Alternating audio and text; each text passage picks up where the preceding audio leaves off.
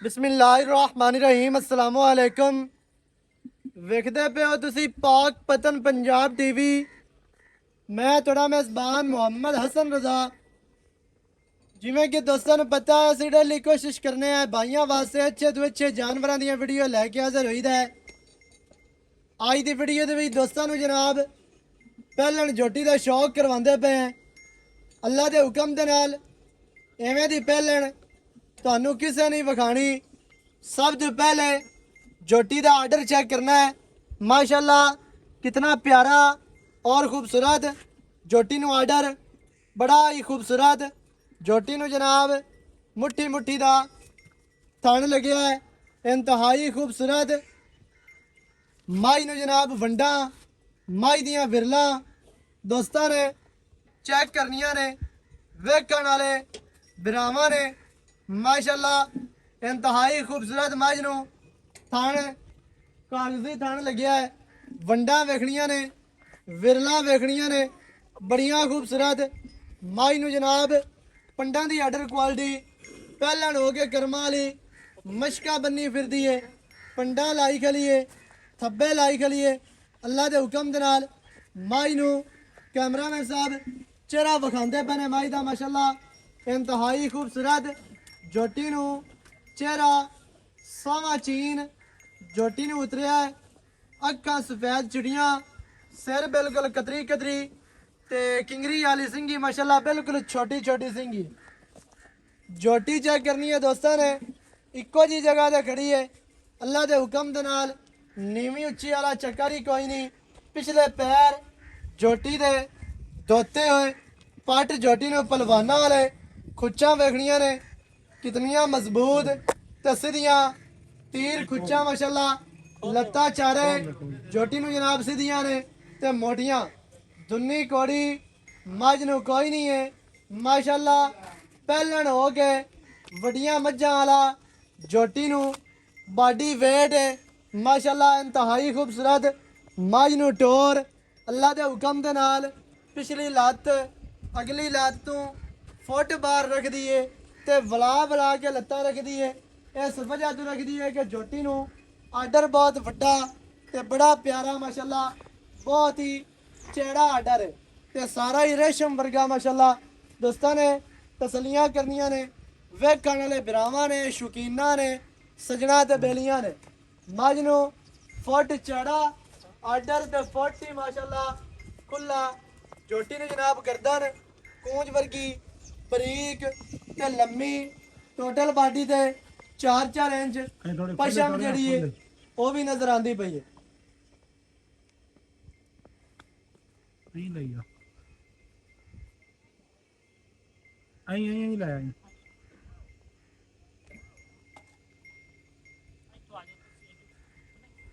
फिरती माशाल्लाह दोस्तों ने फेंकनी है ते झोटी नू चेहरा चेक करना है। कितना प्यारा, कितना खूबसूरत झोटी नू चेहरा, नासा झोटी नू फिनिया, बूथी झोटी नू बिल्कुल पतली ते छोटी जे। अल्लाह दे हुक्म दे नाल नीली दा एक नायाब हीरा है इंशाल्लाह। अल्लाह दे फजलो करम दे नाल नीली दे काम करीदा है। बिरावां नू जर्मन चीज़ विखाई दी है, क्वालिटी वाली चीज़ विखाई दी है इंशाल्लाह अल्लाह दे हुक्म दे नाल। सोहना झोटी नू कद लंबाई, झोटी दे कोल हुसन नस्ल जात ते नखरा झोटी दे कोल जनाब पूरा है। कैमरामैन साहब तुहानू अच्छे तरीके नाल विखांदे पे ने। साडा काम है तुहानू जानवर क्वालिटी वाला विखाना ते सही तरीके नाल विखाना ताकि दोस्तां नू परेशानी ना बने। कोई बंदा मौके ते भी आवे ये गल ना करे कि इत्थों तो तुसी विखाई नहीं आई, इत्थों नहीं विखाई आई। एवें दा काम कदे नहीं कीता। चार च फेरू जानवर तुहानू अच्छे तरीके नाल विखाया जांदा है। अखा दोवें बराबर सफेद चिड़ियाँ, सिर किंगरी वाला बड़ा खूबसूरत ते दुन्नी कोड़ी झोटी नू कोई नहीं। पुट्ठा झोटी नू बड़ा चढ़ा ते बड़ा प्यारा खूबसूरत। हर चीज़ की जनाब दोस्तों ने तसल्ली करनी है। झोटी की जड़ी चमड़ी है अल्लाह के हुक्म दे नाल रेशम वर्गी। इतू कैमरामैन साहब साइड तो भी आर्डर विखावना है। ये पट्टा तो 4-4 इंच झोटी बाहर निकली फिरदी है। हर चीज़ की करनी है तसल्ली। ਤੇ ਹੁਣ ਜਿਹੜੀ ਗੱਲ ਹੈ ਸਾਰੀ ਜਨਾਬ ਆਪਾਂ ਕਰਨੇ ਆ ਮਾਲਕਾਂ ਦੇ ਨਾਲ ਸਾਂਝੀ। ਸਾਰੀ ਡਿਟੇਲ ਤੁਹਾਨੂੰ ਲੈ ਕੇ ਦਿੰਨੇ ਆ ਮਾਲਕਾਂ ਕੋਲੋਂ। ਵੀਡੀਓ ਸ਼ੁਰੂ ਤੋਂ ਲੈ ਕੇ ਐਂਡ ਤੱਕ ਵੇਖਣੀ ਹੈ ਤਾਂ ਕਿ ਤੁਹਾਨੂੰ ਹਰ ਚੀਜ਼ ਦਾ ਪਤਾ ਚੱਲੇ। ਸਾਰੀਆਂ ਗੱਲਾਂ ਮਾਝ ਦੀਆਂ ਜਿਹੜੀਆਂ ਨੇ ਉਹ ਤੁਹਾਡੀ ਸਮਝ ਵਿੱਚ ਆ ਜਾਣ। अस्सलाम वालेकुम। वालेकुम अस्सलाम। की हाल चाल है? अल्लाह पाक दे साथ। सेहत तबीयतां ठीक ने? बिल्कुल ठीक ठाक। भाई हाकम अली जी एवें सर। है जी। हां जी भाईजान माਝ ਦਿੱਤੀ ਵਿਖਾ ਦੋਸਤਾਂ ਨੂੰ जी। ਝੋਟੀ हां जी ਤੇ ਕਿਤਨੇ ਦਿਹਾੜੇ ਲਾ ਜਾਸੀ ਜੀ? तकरीबन ही कोई 8-10 दिन लग जासे। 8-10 ਦਿਨ। हां जी ਵੈਸੇ ਅਜੇ ਤੱਕ ਬੋਲਾ ਇਹਨੇ ਨਹੀਂ ਪਾਇਆ, ਪੁੱਟੇ ਛੁੱਟੇ ਨਹੀਂ ਬੰਨੇ ਸੋ। जी 8-7 ਨਾਲ ਲਵੇ 4-5 ਤਾਂ ਪੱਕੇ पक्के ਦਿਹਾੜੀ ਘੱਟ ਵੱਧ ਹੋ ਸਕਦੀ। हो सकदी है। ओ अल्लाह जानदा है। हां जी ਬਾਕੀ ਮਾਸ਼ਾਅੱਲਾ ਕਮੀਆਂ ਕੋਈ ਨਹੀਂ ਇਸ ਟਾਈਮ ਝੋਟੀ ਦੇ ਵਿੱਚ। ਝੋਟੀ ਨੂੰ ਜਿਹੜਾ ਆਰਡਰ ਹੈ ਬਹੁਤ ਵੱਡਾ, ਕਮੀ ਕੋਈ ਨਹੀਂ ਹੈ, ਕਮੀਆਂ ਸਾਰੀਆਂ ਕੱਢੀ ਫਿਰਦੀ ਹੈ। ਮਜ਼ੀਦ ਅਗਰ ਕੋਈ 2-4-5 ਦਿਨ ਲੈਂਦੀ ਹੈ ਇਹ ਇਨਸ਼ਾਅੱਲਾ ਥੱਲੂ ਝੋਟੀ ਹੋਰ ਹੋ ਜਾਣੀ ਹੈ ਅੱਲਾ ਦੇ ਹੁਕਮ ਦੇ ਨਾਲ। ਅੱਛਾ ਭਾਈ ਜਾਨ ਇਹ ਹੈ ਪਹਿਲਣ।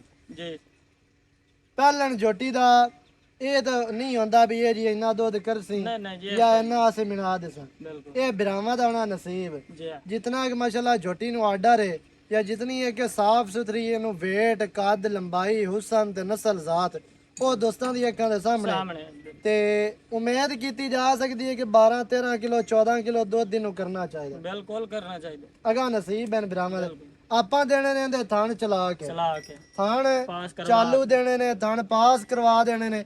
ਅਗਾ ਬਰਾਮਦ ਦਾ ਨਸੀਬ ਹੋਣਾ ਹੈ।